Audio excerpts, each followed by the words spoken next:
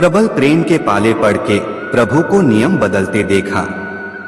अपना मान भले टल जाए, भक्त का मान न टलते देखा। जिनकी केवल कृपा दृष्टि से सकल विश्व को पलते देखा।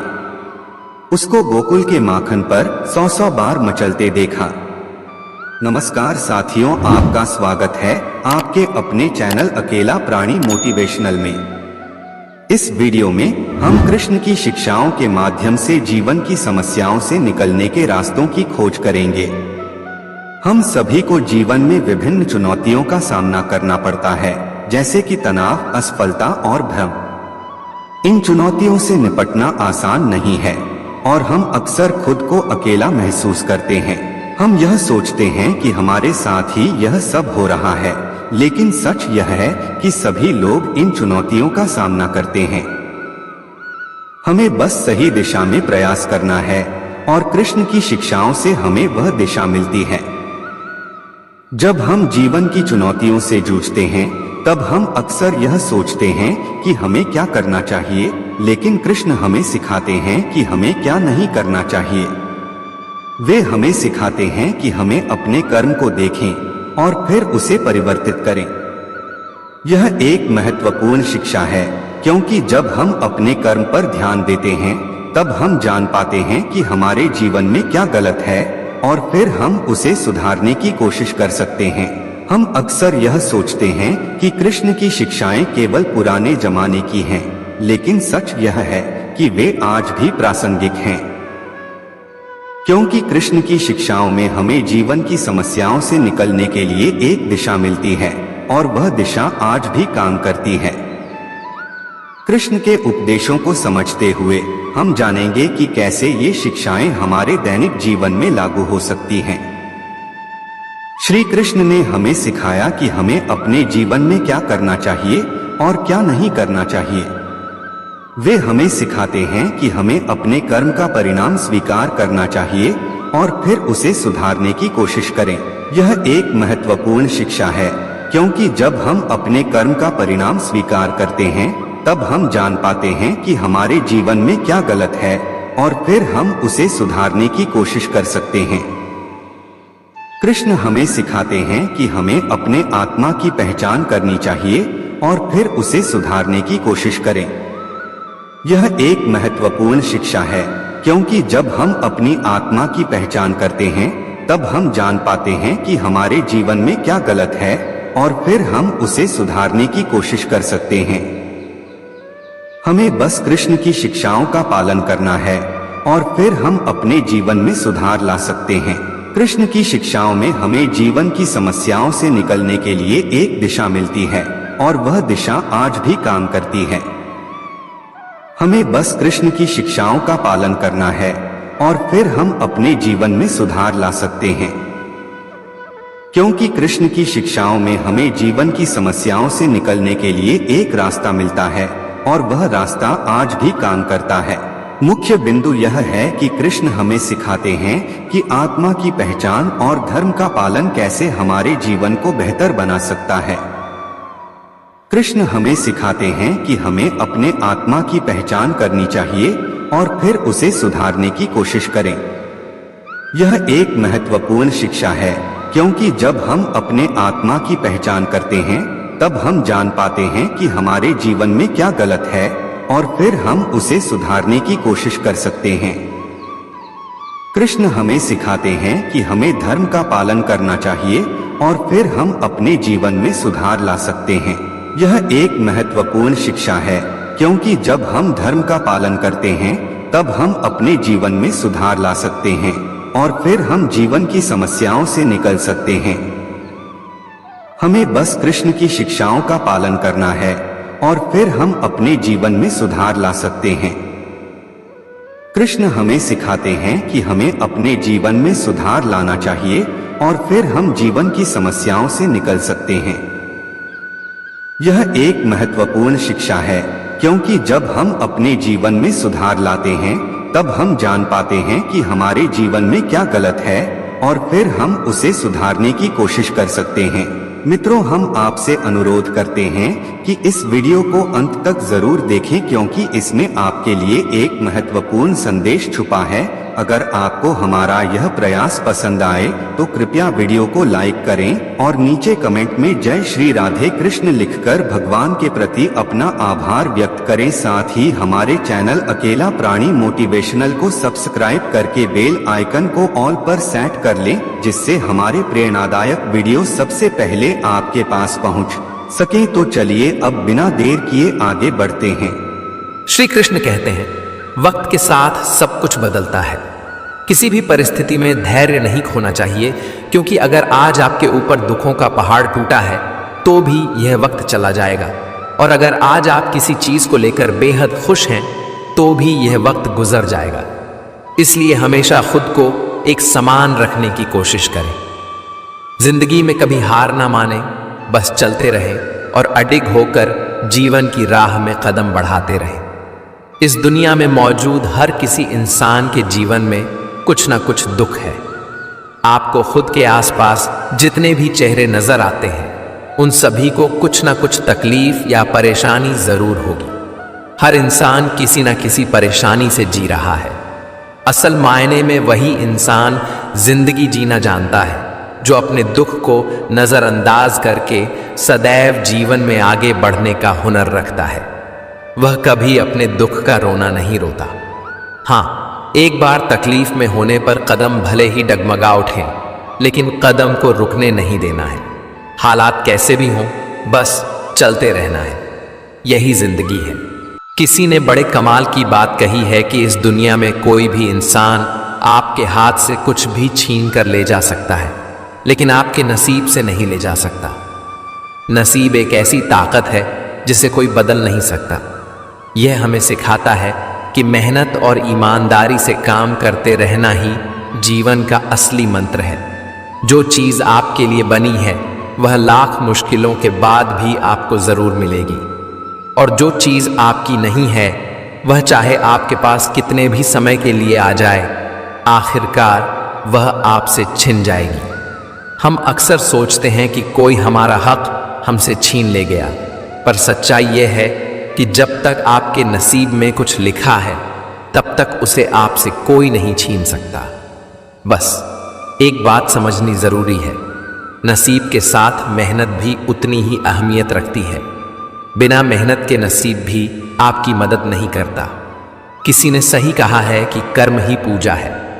जब आप पूरे समर्पण और सच्चाई से अपने कर्म को निभाते हैं तो नसीब आपके लिए वही दरवाजे खोलता है जो आप अपने सपनों में देख रहे होते हैं। यह दुनिया आपकी परीक्षा लेती है, कई बार आपको तोड़ने की कोशिश करती है, लेकिन याद रखें, सिर्फ वही लोग हारते हैं जो नसीब और मेहनत पर भरोसा करना छोड़ देते हैं। अक्सर लोग कहते हैं तुम्हारे नसीब में ऐसा लिखा होगा, लेकिन सच तो यह है कि आप अपने नसीब को खुद लिखते हैं। आपकी मेहनत, आपका हौसला और आपका विश्वास ही आपकी किस्मत का निर्माण करता है।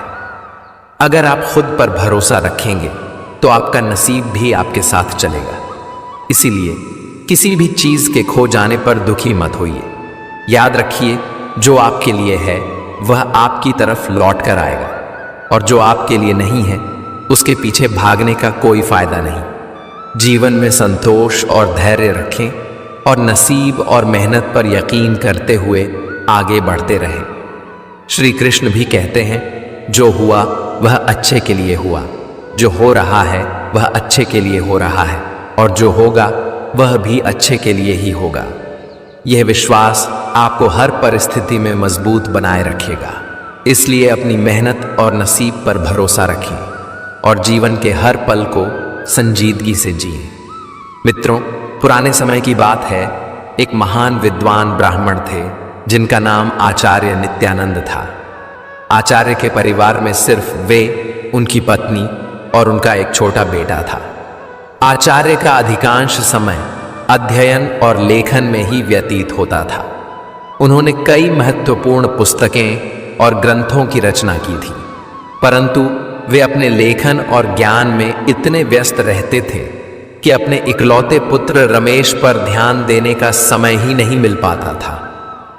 एक दिन आचार्य जी की पत्नी ने उनसे कहा, क्या आपको अपने इकलौते पुत्र से कोई प्रेम या ममता है या नहीं? पूरे दिन आप बस अध्ययन और लेखन में ही व्यतीत करते हैं। आचार्य ने उत्तर दिया, मेरे पास इन भावनाओं के लिए समय कहाँ है। आचार्य जी विद्वानों के बीच बहुत प्रतिष्ठित थे और राजा के दरबार में भी उनका बहुत सम्मान था।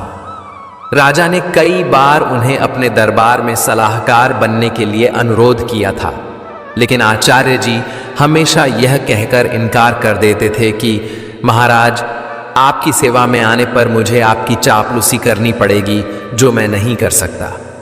दूसरी तरफ उनका पुत्र रमेश अपनी मां की अत्यधिक लाड़ प्यार में बिगड़ गया था। वह पाठशाला जाने की बजाय आवारा लड़कों के साथ समय बिताने लगा। आचार्य जी अपने लेखन और अध्ययन में इतने व्यस्त रहते थे कि उन्हें अपने पुत्र की हरकतों का पता ही नहीं चलता था। रमेश ने जुआ खेलना शुरू कर दिया और समय के साथ मदिरापान भी करने लगा। उसकी संगत कुछ चोर उचक्के जैसे युवकों के साथ हो गई थी। एक दिन की बात है, रमेश अपने चोर दोस्तों के साथ मंदिर में चोरी करने के लिए गया। जब वे तीनों मंदिर में चोरी कर रहे थे, तभी एक पहरेदार ने उन्हें चोरी करते हुए पकड़ लिया और राजा के पास ले गया। पहरेदार ने कहा, महाराज, ये लोग मंदिर में चोरी करते हुए पकड़े गए हैं और इनमें से एक आचार्य का पुत्र रमेश है। यह सुनकर राजा भी अचंभित रह गए कि ज्ञान और धर्म का उपदेश देने वाले आचार्य का पुत्र चोरी में लिप्त है। राजा ने तुरंत एक सैनिक को आचार्य जी के घर पर सूचना देने के लिए भेजा। सैनिक ने जाकर कहा, आचार्य जी, आपका बेटा राजमहल में है, उसे मंदिर में चोरी करते हुए पकड़ा गया है। यह सुनकर आचार्य जी ने कहा, हे हरि, यह क्या? मेरे मुंह पर कालिख लगा दी। अब मैं किसी को क्या मुंह दिखाऊंगा? उनकी पत्नी ने कहा, महाराज आपका बहुत सम्मान करते हैं, आप चाहें तो उसे माफी मिल सकती है। आचार्य जी ने उत्तर दिया, नहीं, मैं एक अपराधी की सिफारिश नहीं करूंगा, यह भी एक अपराध है।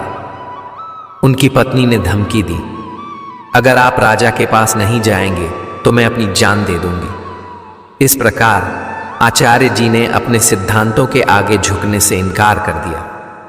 यही उनके व्यक्तित्व की महानता को दर्शाता है। आचार्य ने भारी मन से कहा, ओह, तुम्हारी इस जिद की वजह से मुझे राजा के पास जाना ही पड़ेगा। पत्नी की बात मानकर वे राजमहल पहुंचे। दरबार में उन्होंने राजा से निवेदन किया, राजन, मेरा पुत्र अभी नाबालिग है, उसे क्षमा कर दीजिए। राजा ने गंभीरता से जवाब दिया, यदि ऐसी बात है तो राज दरबार में सभी के सामने मुझसे सार्वजनिक रूप से माफी मांगनी होगी, तभी मैं आपके बेटे को माफ कर सकता हूं। आचार्य ने सिर झुकाकर कहा, ठीक है राजन, मैं भरे दरबार में आपसे अपने बेटे के लिए क्षमा याचना करता हूं। आचार्य की इस विनती पर राजा ने उनके बेटे को इस शर्त पर माफ कर दिया कि भविष्य में वह कोई अपराध नहीं करेगा। परंतु इस घटना के बाद आचार्य जी की प्रतिष्ठा को धक्का लगा। जहां भी जाते लोग कहते, आचार्य का बेटा चोर और उचक्का है। यह सब सुनकर आचार्य जी को बहुत दुख होता। इस अपमान और बेइज्जती के चलते आचार्य जी अब बीमार रहने लगे। उनके स्वास्थ्य पर इसका गहरा असर पड़ा। बेटा तो घर आ गया, लेकिन चोरी की उसकी आदत गई नहीं। उसने आचार्य जी की किताबें उठाकर बेचना शुरू कर दिया। एक दिन आचार्य जी ने पूछा, मेरी पुस्तकें कहाँ गईं? बेटे ने लापरवाही से कहा, पिताजी, मैंने घर का कूड़ा कचरा साफ कर दिया। आचार्य क्रोधित होकर बोले, अरे निकम्मे, तूने मेरा सर्वनाश कर दिया। बेटा ऊंचे स्वर में बोला, आप तो हमेशा मुझे कोसते ही रहते हैं। मुझे लगा वे किताबें किसी काम की नहीं, इसलिए मैंने उन्हें बेच दिया। आचार्य जी ने उसे ज्यादा कुछ कहा नहीं। समय बीतने के साथ साथ आचार्य की बीमारी और गंभीर होती गई।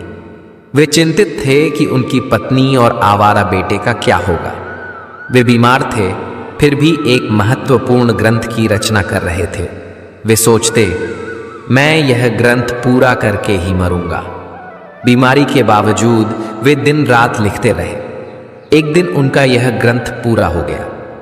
उन्होंने सोचा, मेरा ग्रंथ तो पूरा हो गया है, लगता है मेरे जीवन के दिन भी पूरे हो गए हैं। उस दिन उन्होंने अपने बेटे को पास बुलाया और कहा, बेटा, अभी भी समय है, तुम संभल सकते हो, अपने आप को काबिल बना सकते हो। उन्होंने अपना लिखा हुआ ग्रंथ बेटे को देते हुए कहा, बेटा, तुम्हारी बर्बादी मेरी ही लापरवाही का नतीजा है।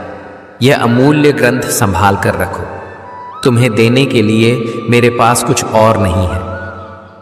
रमेश ने वह ग्रंथ अपने पास रख लिया, परंतु मन ही मन सोच रहा था, मैं इस पोथी का क्या करूंगा, मुझे पढ़ना लिखना तो आता ही नहीं। अगर पिताजी ने कुछ पैसे दिए होते तो बात भी थी। अगले दिन सुबह आचार्य का देहांत हो गया।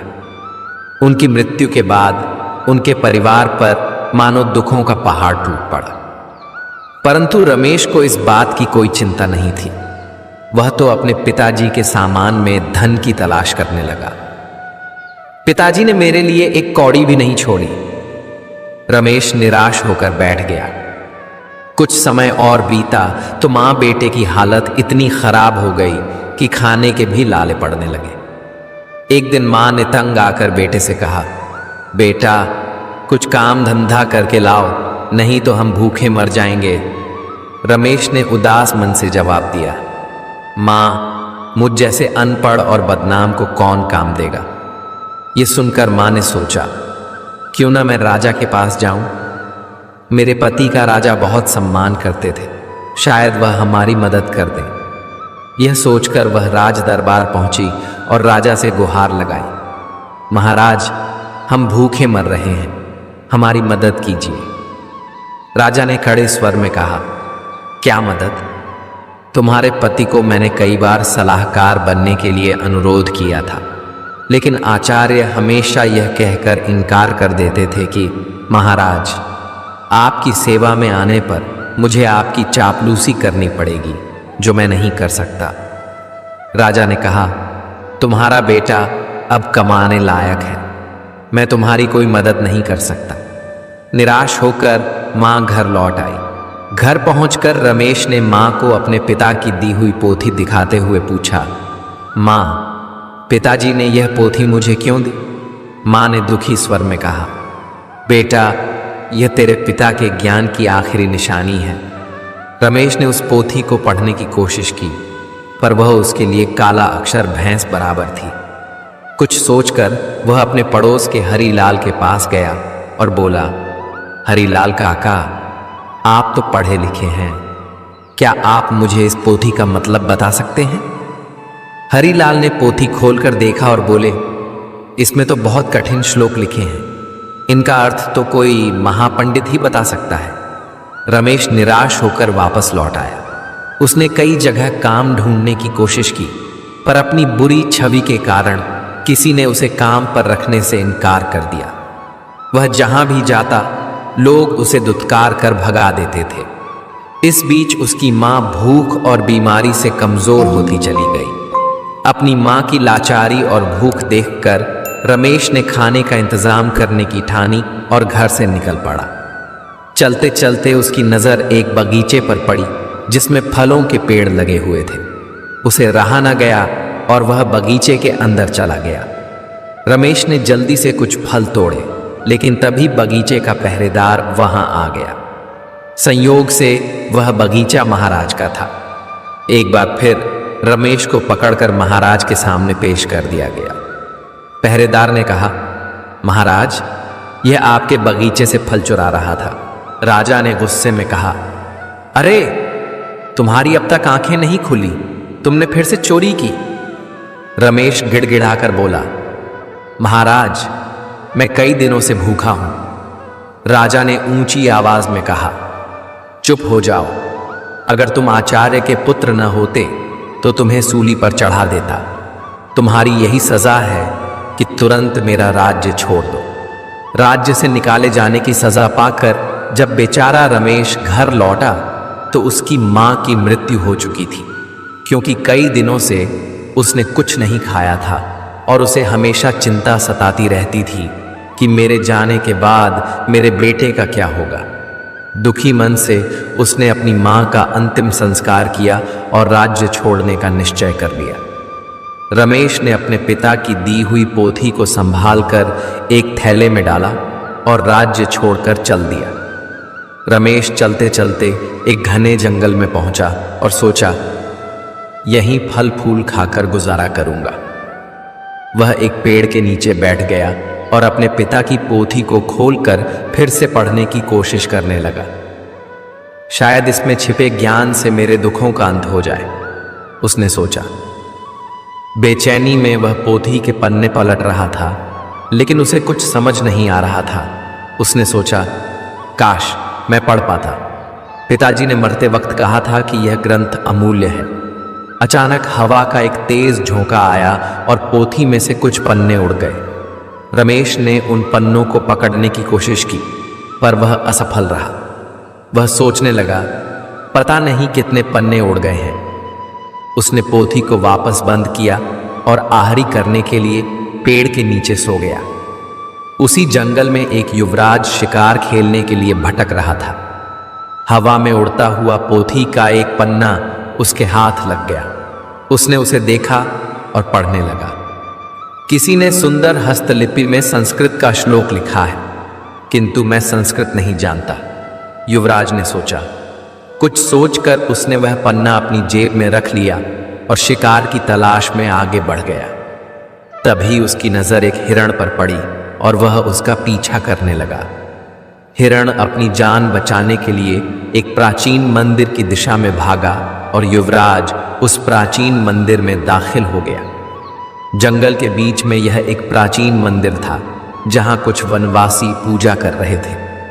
उनका पुजारी कह रहा था, भाइयों, देवी को प्रसन्न करने के लिए हमें नौजवान युवक की बलि देनी होगी। तभी युवराज ने मंदिर में प्रवेश किया। वनवासियों ने उसे देखा और बोले, पुजारी जी, संयोग की बात है, युवक भी आ गया, क्यों न इसी की बलि दे दी जाए। यह सुनकर युवराज सोच में पड़ गया।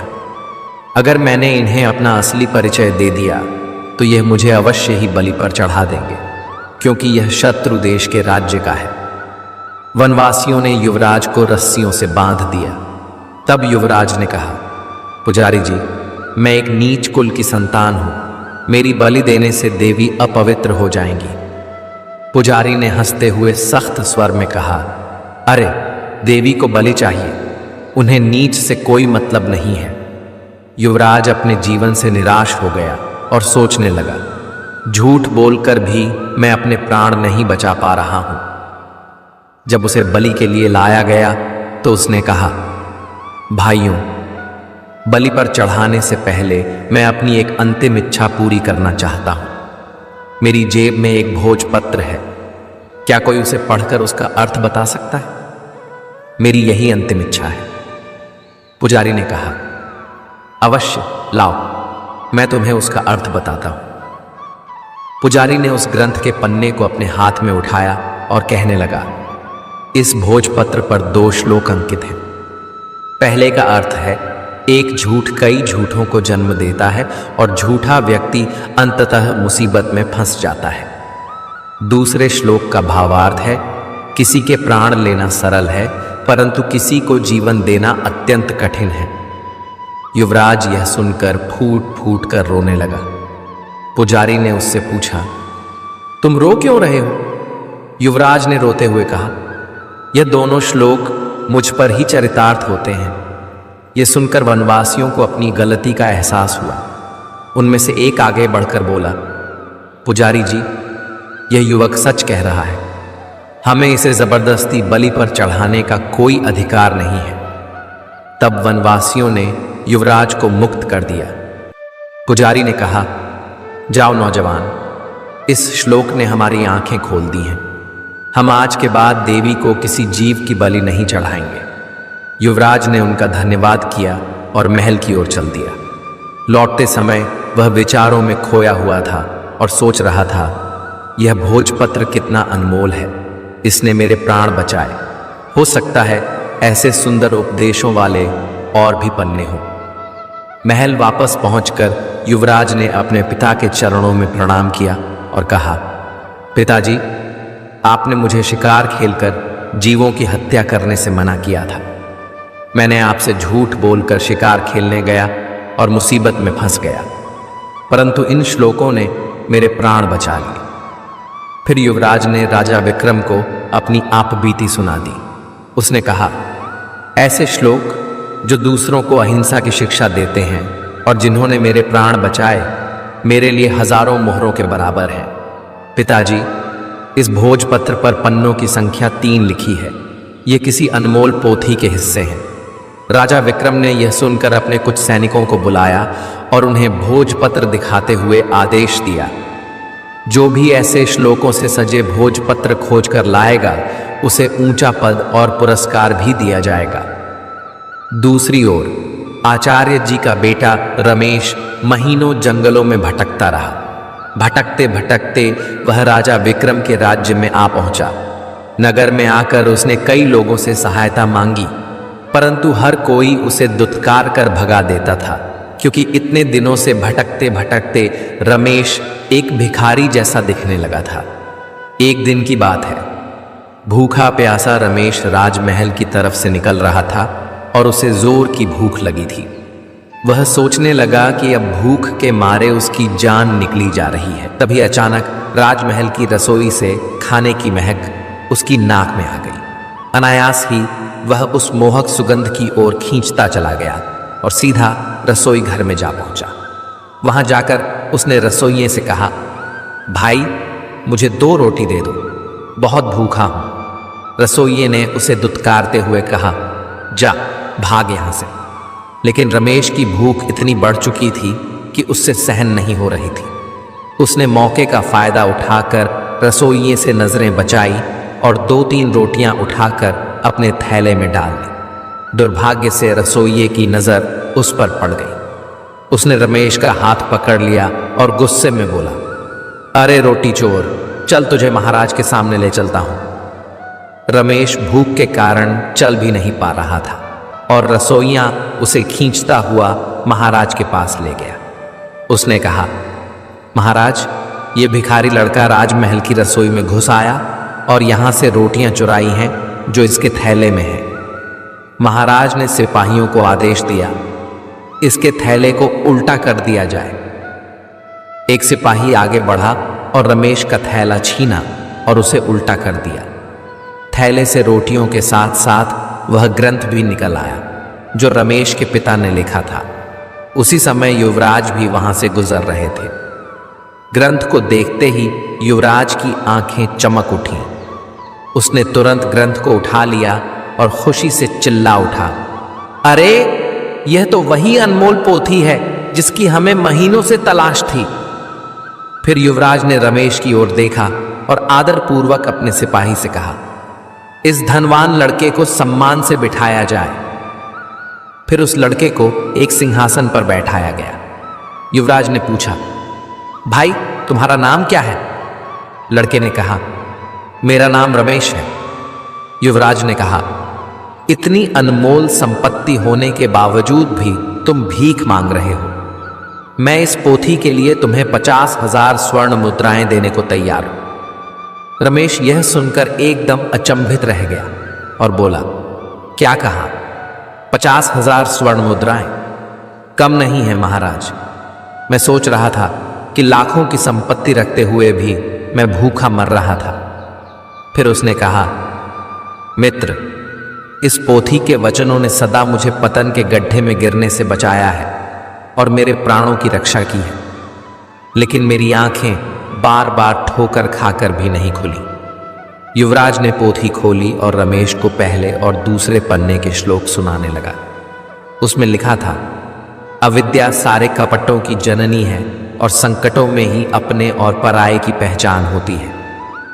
रमेश ने कहा, सचमुच अविद्या ने ही मुझे दर दर का भिखारी बना दिया।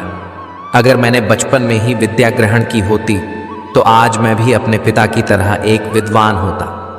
युवराज ने कहा, भाई रमेश, अपनी पोथी का यह मूल्य स्वीकार करो। और यह कहते हुए उसने स्वर्ण मुद्राओं की थैली रमेश को थमा दी। रमेश ने थैली को हाथ में लेते हुए कहा, अब मैं धन का बोझ कहाँ उठाता फिरूं? इस धन को मैं गरीब बच्चों की अविद्या दूर करने के लिए लगाऊंगा। युवराज ने कहा, मित्र, अब तुम एक भिखारी नहीं रहे, तुम तो अब महान धनवान हो गए हो। रमेश सोच रहा था, काश यह समझ मुझे बचपन में ही आ गई होती तो शायद मेरे माता पिता आज यहाँ होते। इसके बाद रमेश ने वह धन ग्रहण किया और उसने उस धन से गरीब बच्चों के लिए एक पाठशाला बनवाई। उसने खुद भी विद्या ग्रहण करना शुरू कर दिया। मित्रों, इस कहानी से आपने क्या सीखा वह हमें कमेंट बॉक्स में कमेंट करके ज़रूर बताएं। तो चलिए आगे बढ़ते हैं। अगर आज घनघोर अंधेरा है तो जल्द ही सुबह होने वाली है। आज सफ़र में कांटे हैं तो वह दिन दूर नहीं जब आपके रास्ते में फूल बिखरे मिलेंगे। बस आपको रुकना नहीं है, धीरे धीरे ही सही लेकिन आगे बढ़ते रहना है। धैर्य के माध्यम से कई लोग उन परिस्थितियों में भी सफल हो जाते हैं जो कि एक निश्चित असफलता जान पड़ती है। अगर आप उस वक्त मुस्कुरा सकते हैं जब आप पूरी तरह टूट चुके हों, तो यकीन कर लो कि दुनिया में तुम्हें कभी कोई तोड़ नहीं सकता। जीवन में मुश्किलें तमाम हैं, फिर भी इन होठों पर मुस्कान है, क्योंकि जीना जब हर हाल में है तो फिर मुस्कुराकर ही जीने में क्या नुकसान है। हालातों को ना बदलें बल्कि खुद को बदलें। देखना, एक दिन हालात अपने आप बदल जाएंगे। चाहे सारी दुनिया तुम्हें बोलने लगे कि तुम हारने वाले हो, तुम हार गए, लेकिन तुम तब तक नहीं हार सकते जब तक तुम खुद हार ना मान लो। हम नींद में सपने देखते हैं, लेकिन ईश्वर हमें हर दिन नींद से जगाकर अपने सपनों को पूरा करने का एक मौका देते हैं। जीवन इंसान को जीने की हर रोज नई उम्मीद देता है, प्रेम और समर्पण के साथ जिंदगी को जीने की दिशा देता है। बीते हुए कल को छोड़कर आगे की ओर बढ़ते हैं। जहां ले जा रही जिंदगी, हम चलो उस राह पर चलते हैं। बुरे वक्त तेरी औकात ही क्या जो टिक सके मेरे हौसलों के आगे। तूफान भी आता है तो आने दो, मैं लहरों से उतरकर अपना साहिल ढूंढ लूंगा। जिंदगी जीने के रहस्य को किताबों में नहीं पढ़ा जा सकता, क्योंकि यह सिर्फ अनुभव और बीते कल की समझ से ही मिलता है। जिंदगी में अगर गुलाब की तरह खिलना है तो कांटों से तालमेल की कला सीखनी होगी। आप अपना भविष्य तो नहीं बदल सकते, लेकिन अपनी आदतें तो बदल सकते हैं, और बदली हुई आदतें आपका भविष्य बदल देंगी। अगर आप हार से डरते नहीं हैं तो जिंदगी से डरने की कोई ज़रूरत नहीं है, क्योंकि हार से ही लोग जिंदगी जीना सीख जाते हैं। मिल सके आसानी से उसकी ख्वाहिश किसे है, जिद्द तो उसकी है जो मुकद्दर में लिखा ही नहीं है। जिंदगी को बेहतर बनाने के लिए वक्त और हालात से लड़ना सीखना पड़ता है। ठोकरें खाकर जिंदगी में जो सीखा है उसका एक एक शब्द याद रहता है। जिंदगी में इतनी तेजी से आगे दौड़ो कि लोगों की बुराई के धागे आपके पैरों में ही आकर टूट जाएं। जिंदगी बहुत तकलीफ देती है, यह सोचना बंद करो। उठो और एक नई शुरुआत करो। जिंदगी को अपने अंदाज में जीना सीखो। वक्त चाहे कैसा भी हो, बस मुस्कुराना सीखो। स्वयं के प्रति संतोष और दूसरे के प्रति दया, इन्हीं दो पंखों से जीवन के आकाश को छू सकते हैं। जिंदगी में डाली से गिरता हुआ पत्ता भी हमें सिखाता है कि अगर तुम बोझ बन जाओगे तो अपने भी तुम्हें गिरा देंगे। समय दिखाई नहीं देता, पर बहुत कुछ दिखा के चला जाता है। वक्त से पहले मिली चीजें अपना मूल्य खो देती हैं और वक्त के बाद मिली अपना महत्व। हर किसी के जीवन में सुख दुख धूप छांव की तरह आते जाते रहते हैं। हमें हमेशा अपने जीवन में खुश रहना चाहिए और ऐसे कार्यों को ही करना चाहिए जो करने में मन लगे, क्योंकि खुशी के साथ किया गया हर कार्य मानव को जीवन में जीने की प्रेरणा देता है। यह कहना अनुचित नहीं होगा कि इच्छा के विरुद्ध किया गया कार्य हमेशा इंसान के मन में चिंता का भाव उत्पन्न करता है, जो किसी के लिए भी सही नहीं होता। जिस इंसान के कर्म अच्छे होते हैं उसके जीवन में कभी अंधेरा नहीं होता। इंतजार करने वालों को सिर्फ उतना मिलता है जितना कोशिश करने वाले छोड़ देते हैं।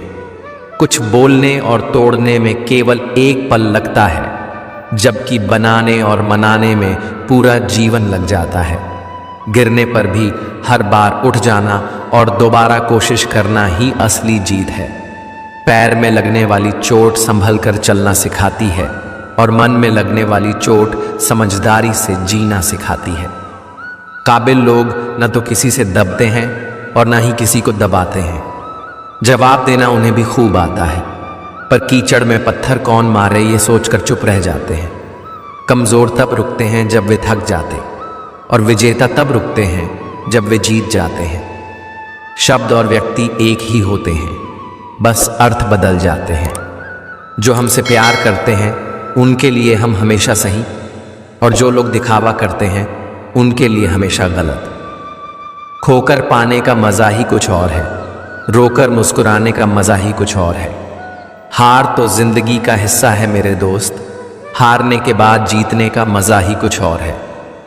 अभी तो असली उड़ान बाकी है, परिंदे का इम्तिहान बाकी है। अभी अभी तो लांघा है समंदर, अभी तो पूरा आसमान बाकी है।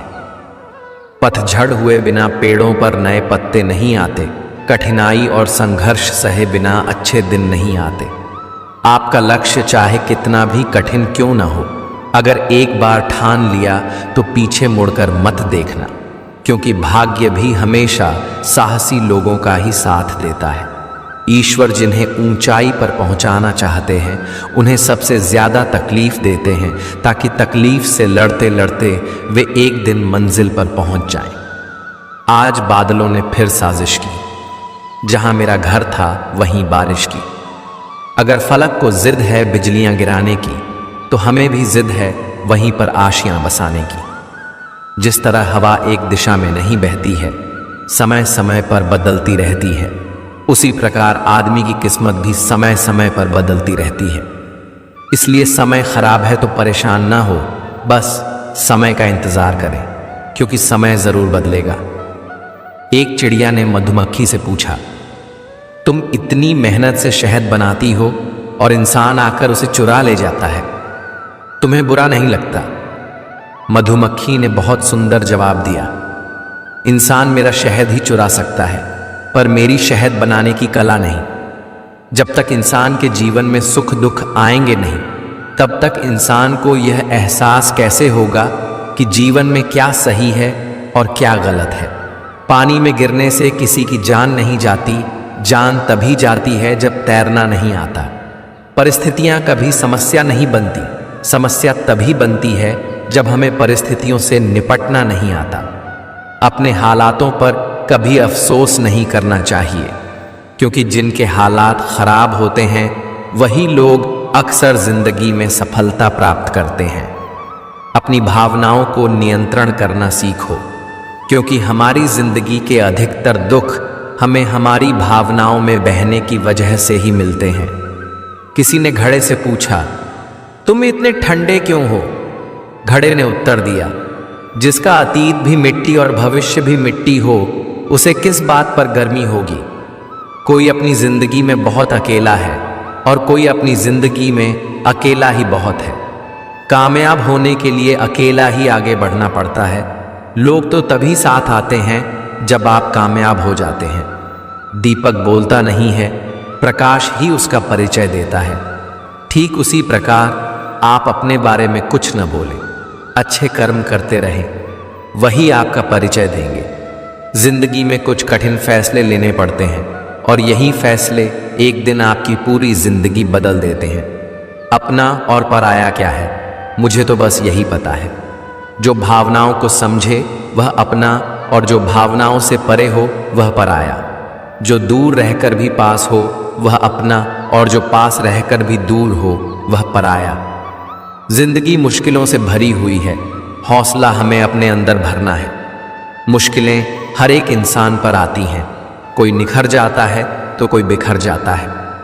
अहंकार उसी को होता है जिसे बिना किसी संघर्ष के सब कुछ प्राप्त होता है, और जिसने अपनी मेहनत से हासिल किया है वही दूसरों की मेहनत की कद्र करता है। अपने हर एक कदम को सीक्रेट रखना चाहिए, छोटा हो या बड़ा। क्या पता कौन आपका अच्छा चाहता है, और कौन आपका बुरा। भरोसे के टूटने की आवाज भले ही नहीं होती, लेकिन गूंज जिंदगी भर सुनाई देती है। जब किसी इंसान पर से विश्वास टूट जाता है तो माफी का कोई मतलब नहीं रह जाता।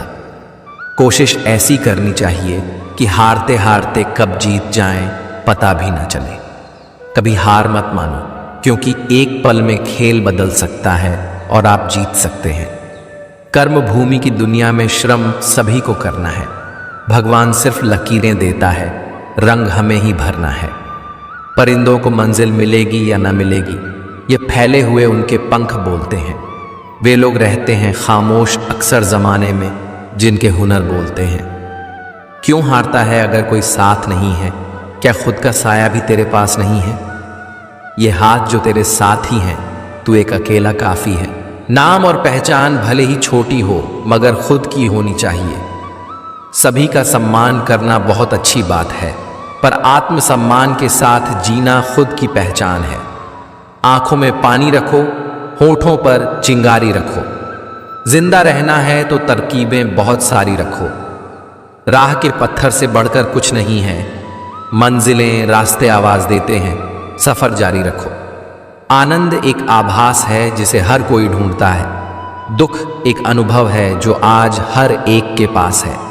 जिंदगी में वही कामयाब है जिसको खुद पर विश्वास है। बीज को कितना भी मिट्टी में दबाएं, वह उग जाता है। वैसे ही मेहनती इंसान को कितना भी दबाएं, पर वह आगे बढ़ ही जाता है। गलती हर एक इंसान करता है, हम भी कर सकते हैं। इसलिए किसी को अपने बुरे वक्त में गलत मत ठहराओ। वक्त तब बदलता है जब हम अपने आप को बदलते हैं। तब आज भी बदलेगा और आने वाला कल भी। सफलता पाने की कोई उम्र नहीं होती। जिंदगी में वही आगे बढ़ता है जो खुद की काबिलियत पर विश्वास करता है। जीत और हार आपकी सोच पर निर्भर करती है। मान लो तो हार होगी, ठान लो तो जीत होगी। अगर छोटा सपना देखते हो तो डरो मत कि लोग क्या कहेंगे, क्योंकि सपना आपका है, लोगों का नहीं। जीतने वाले कुछ अलग चीजें नहीं करते, बस वे चीजों को अलग तरीके से करते हैं। श्री कृष्ण कहते हैं, ये जिंदगी है, कई रंग दिखाएगी, कभी रुलाएगी, कभी हंसाएगी। जो खामोशी से रह गया वह निखर जाएगा, जो भावनाओं में बह गया वह बिखर जाएगा। आप तब तक नहीं हार सकते जब तक आप कोशिश करना नहीं छोड़ देते। जब तक किसी काम को किया नहीं जाता तब तक वह असंभव ही लगता है। हर ख्वाब को अपनी सांसों में रखो, हर मंजिल को अपनी पनाहों में रखो। जीत ही जीत होगी तुम्हारी, बस अपने लक्ष्य को अपनी आंखों में रखो। किसी को हरा देना बहुत ही आसान है, लेकिन किसी को जीतना बहुत ही मुश्किल। जिंदगी में सफलता पाने के लिए थोड़ा जोखिम उठाना पड़ता है। सीढ़ियां चढ़ते समय ऊपर जाने के लिए नीचे की सीढ़ी से पैर हटाना पड़ता है। जिंदगी में कभी उदास ना होना, कभी किसी बात पर निराश ना होना। ये जिंदगी एक संघर्ष है, चलती ही रहेगी। कभी अपने जीने का अंदाज न खोना। हौसले बुलंद कर रास्तों पर चल दे, तुझे तेरा मुकाम मिल जाएगा। बढ़कर अकेला तू फैल कर, देख कर तुझको काफिला खुद बन जाएगा। ठोकर लगने का मतलब यह नहीं कि आप चलना छोड़ दें, बल्कि ठोकर लगने का मतलब यह होता है कि आप संभल जाएं। दुख देखना है तो पीछे देखें, सुख देखना है तो आगे देखें। और यदि इन दोनों से परे सच्ची खुशी चाहिए तो वर्तमान में ज्ञान की आंख से देखें। मत सोच कि तेरा सपना क्यों पूरा नहीं होता। हिम्मत वालों का इरादा कभी अधूरा नहीं होता। दूसरों के प्रति गहरा सम्मान रखने का पहला कदम स्वयं का सम्मान करना है। आत्मविश्वास यह जानना है कि आप कौन हैं और इसे किसी के भी कहने से नहीं बदलना है, क्योंकि किसी की वास्तविकता का संस्करण आपकी वास्तविकता नहीं है। अगर सम्मान को खोकर अगर कुछ मिल भी जाता है तो उसका मोल न के बराबर होता है। कामयाब होने के लिए अकेले ही आगे बढ़ना पड़ता है। लोग तो पीछे तब आते हैं जब आप कामयाब होने लगते हैं। खुद की तरक्की में इतना वक्त लगा दो कि किसी दूसरे की बुराई करने का वक्त ही ना मिले। सफल होने के लिए किसी भी खास समय का इंतजार मत करो। बल्कि अपने हर समय को खास बना लो। जो इंसान हार के डर से कभी आगे नहीं बढ़ता, वह इंसान जीवन में कभी कामयाब नहीं हो सकता। सपने वह नहीं जो आप नींद में देखते हैं, यह तो एक ऐसी चीज है जो आपको नींद ही नहीं आने देती। किताबों की अहमियत अपनी जगह है दोस्त। सबको वही याद रहता है जो वक्त और लोग सिखाते हैं। जब दर्द और कड़वी बोली दोनों सहन होने लगे तो समझ लेना जीना आ गया। जिंदगी एक खेल है, यह आपको तय करना है कि आपको खेल बनना है या खिलाड़ी। जब तक यह जान पाते हैं कि जिंदगी क्या है, तब तक यह आधी खत्म हो चुकी होती है। हम क्या हैं वह सिर्फ हम जानते हैं, लोग सिर्फ हमारे बारे में अंदाजा ही लगा सकते हैं।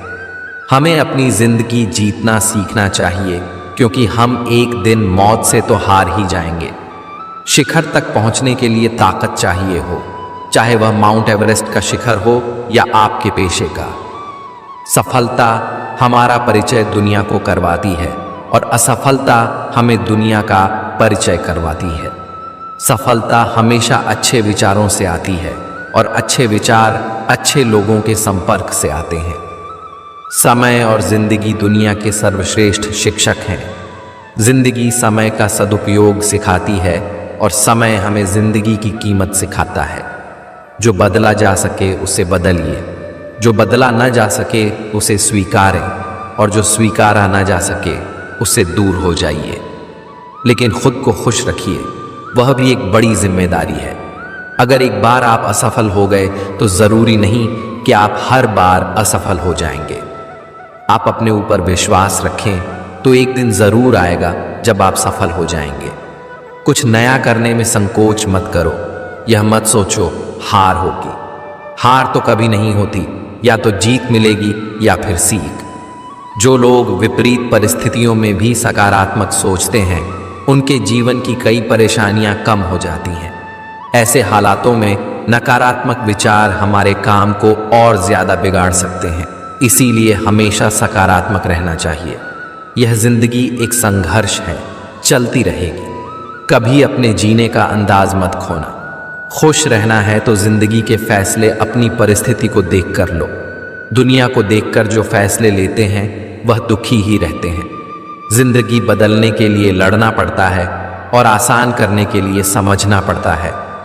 अगर अपनी जिंदगी से कभी नफरत हो तो एक बार अपने माँ बाप की उन कुर्बानियों को याद कर लेना जो तुम्हारी ख्वाहिशों को पूरा करने में दी गई हैं।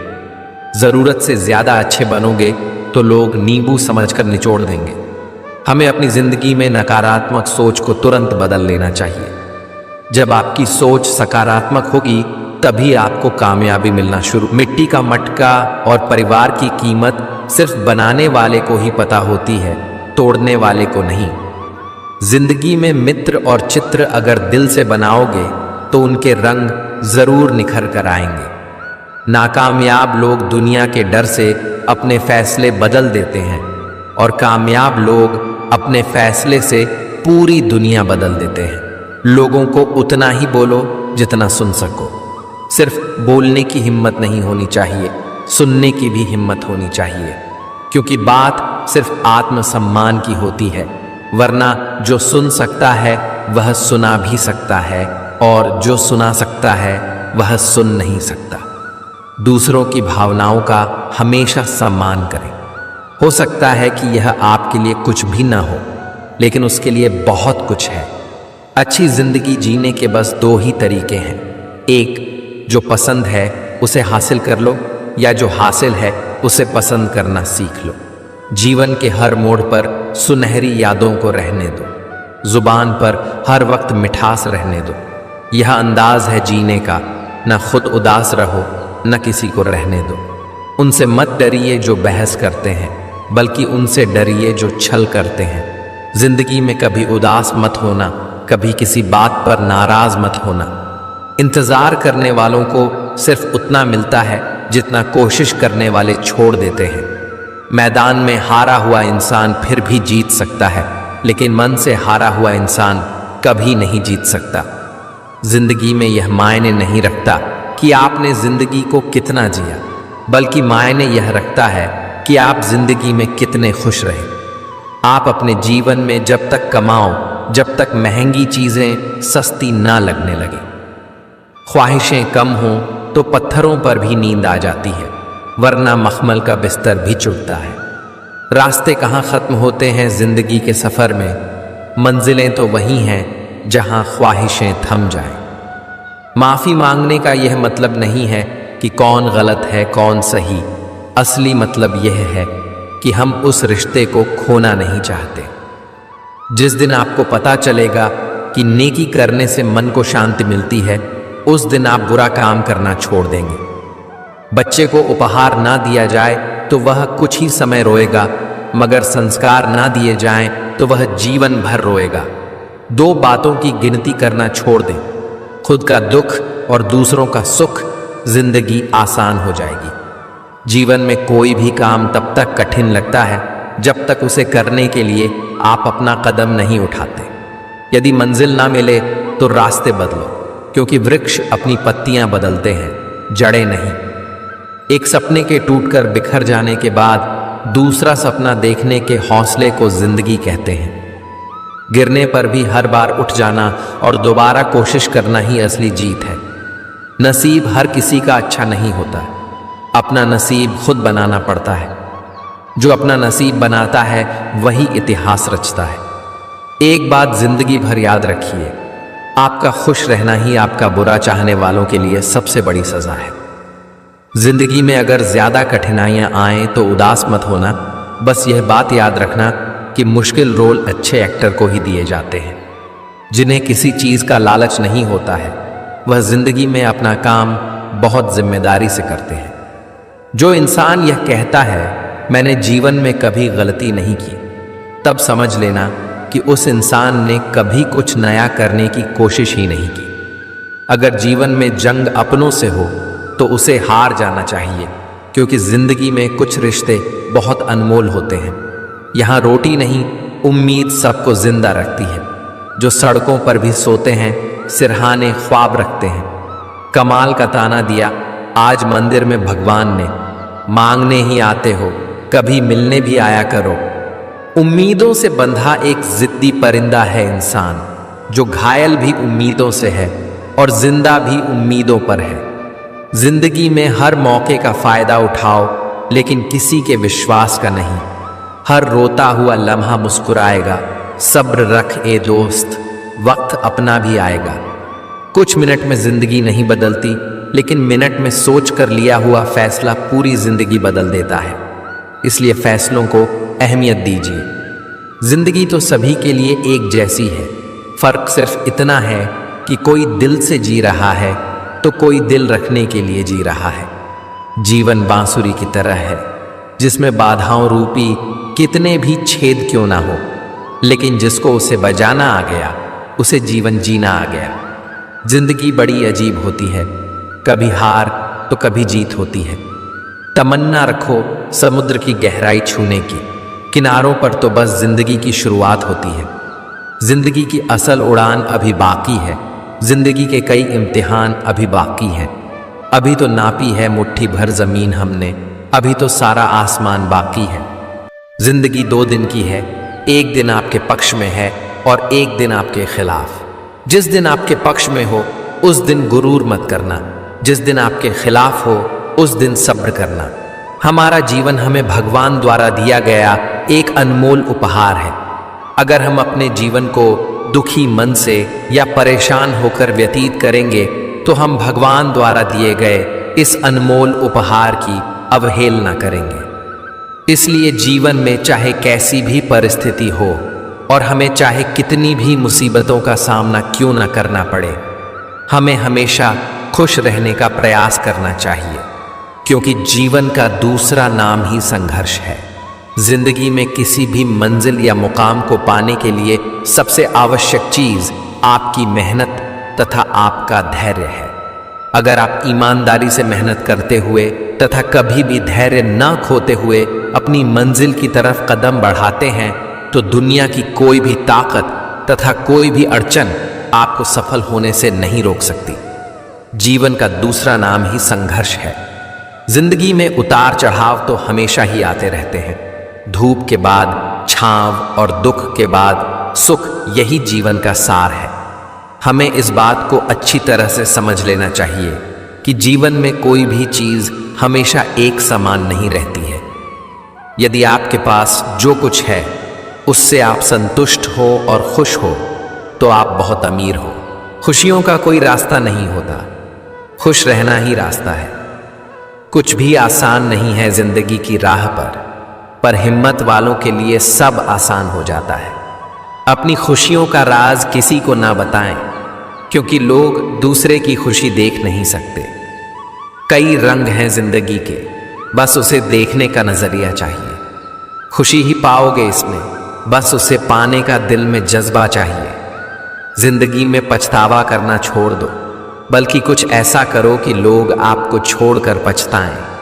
हम चीज़ों को उस तरह से नहीं देखते जिस तरह से वे हैं, बल्कि हम चीज़ों को उस तरह से देखते हैं जिस तरह के हम हैं। इंसान को एकांत में भी गलत काम करने से बचना चाहिए, क्योंकि इसका सबसे बड़ा गवाह स्वयं भगवान होता है। इंसान को कभी भी स्वार्थी नहीं बनना चाहिए, बल्कि मेहनत करके अपनी रोजी रोटी कमानी चाहिए और पैसे के पीछे नहीं भागना चाहिए। आपको अपने जीवन में कभी भी किसी भी हालातों में अपनी आस्था को कम नहीं होने देना चाहिए, क्योंकि ईश्वर जिसे सच्चे मन से प्रेम करते हैं उन्हीं लोगों को अग्नि परीक्षाओं से गुजारते हैं। अगर कोई इंसान अपना पूरा समय मुझ में लगाता है और मेरी शरण में आता है तो उस इंसान को अपनी देह या आत्मा के लिए कोई डर नहीं होना चाहिए। जिस तरह से एक कीड़ा कपड़े को कुतर कर नष्ट कर देता है, उसी तरह ईर्ष्या भी मन को अंदर से कुतर कर नष्ट कर देती है। किसी भी मनुष्य की महत्ता उसके पहने हुए कपड़ों से नहीं होती, बल्कि उसका आचरण कैसा है उससे होती है। श्री कृष्ण कहते हैं, अगर कोई सिर्फ मुझको ही देखता है और मेरी लीलाओं को सुनता है और स्वयं को सिर्फ मुझ में समर्पित करता है तो वह ईश्वर तक पहुंच जाएगा। भूखे को रोटी खिलाओ, प्यासे को पानी पिलाओ और नंगे को कपड़े पहनाओ, तभी भगवान आपसे प्रसन्न होंगे। हमारे सारे परिणाम हमारी ही सोच के नतीजे होते हैं, इसलिए हमारी सोच हमारे लिए बहुत मायने रखती है। जो व्यक्ति किसी दूसरे व्यक्ति को धोखा देता है तो वह यह भूल जाता है कि उसे भी धोखा देने के लिए प्रक्रिया शुरू हो गई है। यही तो ईश्वर का न्याय है। जो इंसान जैसा बोएगा वह वैसा ही काटेगा। इसीलिए हमेशा अच्छे कर्म करो और भगवान पर ध्यान दो और मोह माया के जाल में मत फंसो और एक अच्छे मार्ग पर चलते रहो, तभी तुम्हारा कल्याण होगा। जब तक इंसान रुपयों की मोह माया की भूल भुलैया में फंसा रहेगा, उसे तब तक पीड़ा से मुक्ति नहीं मिल सकती है। अगर आप घर में मिलजुल कर और प्यार से रहते हैं तो यह धरती ही आपके लिए स्वर्ग के समान है। विनम्र रहकर इंसान वह हासिल कर सकता है जो वह गुस्से में रहकर नहीं कर सकता है। जो लोग दूसरे लोगों से प्रेम करते हैं वे सच में बहुत बड़े महान होते हैं। अपने माता पिता की सेवा करना ही भगवान की सच्ची सेवा होती है। जिस इंसान का जैसा चरित्र होता है वैसे ही उसके दोस्त बन जाते हैं। सभी लोग महान कार्य नहीं कर सकते हैं, लेकिन हम छोटे कार्य को बड़े स्नेह से कर सकते हैं। हमें छोटी चीज़ों में वफादार रहना चाहिए, क्योंकि इन्हीं में हमारी शक्ति निहित होती है। अगर आप लोगों के बारे में कोई राय बना लेते हैं तो फिर आपके पास उनसे मोहब्बत करने का समय नहीं होगा। कल तो चला गया, आने वाला कल अभी आया नहीं है और आपके पास केवल आज है। इसलिए कुछ नई शुरुआत करें। अकेलापन और किसी के द्वारा न चाहने की भावना का होना भयानक गरीबी के समान है। हम सभी प्राणी ईश्वर के हाथ में एक कलम के समान हैं। कुछ लोग आपकी जिंदगी में आशीर्वाद की तरह आते हैं और कुछ लोग एक सबक की तरह आते हैं। जब आप एक दूसरे से मिलें तो मुस्कान के साथ मिलें, क्योंकि यही प्रेम की शुरुआत है। रहमतों की कमी नहीं है ईश्वर के खजाने में। देखना खुद की झोली में है कि कहीं कोई छेद तो नहीं है। हमारे जीवन में सुख भी बहुत है और दुख भी बहुत है। इस जिंदगी में लाभ भी हैं तो हानि भी बहुत है। क्या हुआ जो ईश्वर ने थोड़े गम दे दिए, उनकी हम पर मेहरबानियां भी तो बहुत हैं। थोड़ा सब्र करें इंसान, ये मुसीबतों भरे दिन गुजर जाएंगे। आज जो लोग तुमको देखकर हंसते हैं वह लोग कल तुम्हें देखते रह जाएंगे। यदि कोई तुम्हारी कितनी ही निंदा क्यों न करे, फिर भी तुम कोई कठोर शब्द कहकर उन पर क्रोध न करो। यदि इसी प्रकार इन प्रसंगों से बचते रहोगे तो यह बात निश्चित है कि तुम सदा सुखी रहोगे। अगर किसी के साथ विश्वासघात हो जाए तो उसका विश्वास पर से विश्वास उठ जाता है, क्योंकि जहाँ विश्वास होता है वहीं विश्वासघात भी होता है। किसी आदमी की किस्मत का लिखा कोई दूसरा नहीं ले सकता है। अगर ईश्वर की कृपा हो तो उसे वह भी मिल जाता है जो उसका हो नहीं सकता है। हमारे कर्म करने की उत्पत्ति हमारे विचार में होती है, इसलिए विचार ही महत्वपूर्ण है। जब हमारे जीवन में कठिनाइयां आती हैं तो वह हमें कष्ट देती है, लेकिन जब वह जाती हैं तो आत्मबल का ऐसा पुरस्कार दे जाती हैं जो उन दुखों और कष्टों की तुलना में कई लाख गुना ज्यादा मूल्यवान होता है। हमारे मुंह से एक बार जो शब्द बोल दिए जाते हैं वह शब्द कभी वापस लौट कर नहीं आते हैं, इसलिए हमें हमेशा सोच समझकर बोलना चाहिए। अतीत और भविष्य का अस्तित्व केवल आपकी याददाश्त और कल्पना में है। जो इसी पल में है यही एकमात्र चीज है जिसका आप अनुभव करते हैं। ज्यादातर लोग असंवेदनशील होते हैं, जीवन संवेदनशील नहीं होते हैं। आपके जीवन में देखा जाए तो कुछ भी समस्याएं नहीं हैं, बल्कि वह सब कुछ संभावनाएं होती हैं।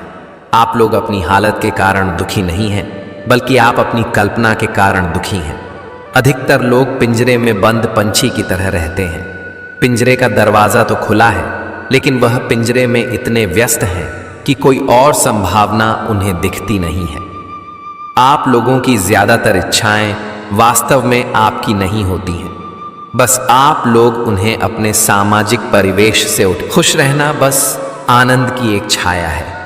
जब आपके अंदर कोई आनंद नहीं रहता है तब आप खुशी खोजने लगते हैं। प्रकृति के प्रति जागरूक होना सीखिए। अगर आप यह नहीं सीखते हैं तो याद रखना, प्रकृति आपको बहुत ही क्रूरता से सिखाएगी। श्री कृष्ण कहते हैं, किसी कठिन काम को मैं किसी आलसी आदमी से करवाता हूं, क्योंकि एक आलसी आदमी उसे करने का एक आसान तरीका ढूंढ लेता है। अगर आप कुछ करना और बनना चाहते हैं तो सबसे पहले अपने लक्ष्य को निर्धारित करें, वरना आप जीवन में कुछ भी हासिल नहीं कर सकते हैं। आप अपनी तुलना किसी भी व्यक्ति से न करें।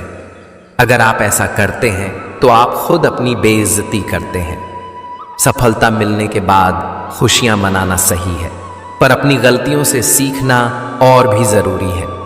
कोई इंसान चाहे कितना भी काबिल क्यों ना हो, अगर उसका मन कार्य के प्रति एकाग्रचित्त नहीं है तो वह कभी भी कोई महान कार्य नहीं कर सकता है। लोगों में खुशी, दुख, पीड़ा और आनंद लोगों के अंदर ही पैदा होते हैं, इसलिए यह सब चीजें कम से कम आपके अनुसार पैदा होनी चाहिए। इस वीडियो में हमने देखा कि कृष्ण की वाणी में जीवन की समस्याओं का समाधान कैसे है और हमें क्या सीखने को मिला। हमने देखा कि कृष्ण की शिक्षाओं में हमें जीवन की समस्याओं से निकलने के लिए एक रास्ता मिलता है और वह रास्ता आज भी काम करता है। मित्रों, मैं आशा करता हूँ आपने इस वीडियो से बहुत कुछ सीखा होगा। आपको वीडियो अच्छी लगी हो तो लाइक और शेयर कीजिए और वीडियो को अंत तक देखने के लिए आपका धन्यवाद।